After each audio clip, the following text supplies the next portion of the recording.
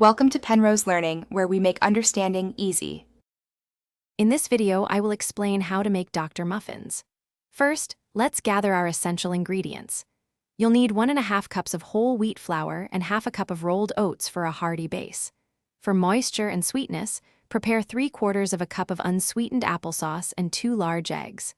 Finally, grab a 1/4 cup of honey, 1 teaspoon of baking soda, and a small pinch of salt to complete your healthy muffin mix. Now that you have all your ingredients, let's get mixing. In a large bowl, combine your dry ingredients, the whole wheat flour, oats, baking soda, and salt. Give them a quick whisk to ensure they are evenly distributed. In a separate bowl, whisk together the wet ingredients, applesauce, eggs, and honey until smooth. Then, gently pour the wet mixture into the dry, folding until just combined. Remember, overmixing can lead to tough muffins. It's time to bake these delicious Dr. Muffins. First, preheat your oven to 375 degrees Fahrenheit.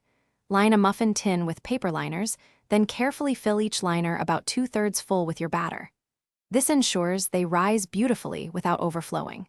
Pop them into the preheated oven and bake for approximately 18 to 22 minutes.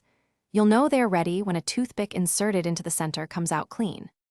To make these Dr. Muffins truly your own, consider adding half a cup of fresh blueberries or chopped walnuts to the batter for extra flavor and nutrients.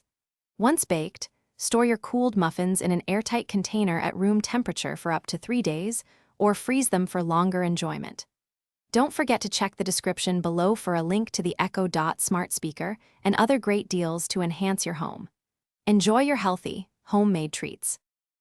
Thanks for watching. If this was helpful, leave a like and consider subscribing. See you next time.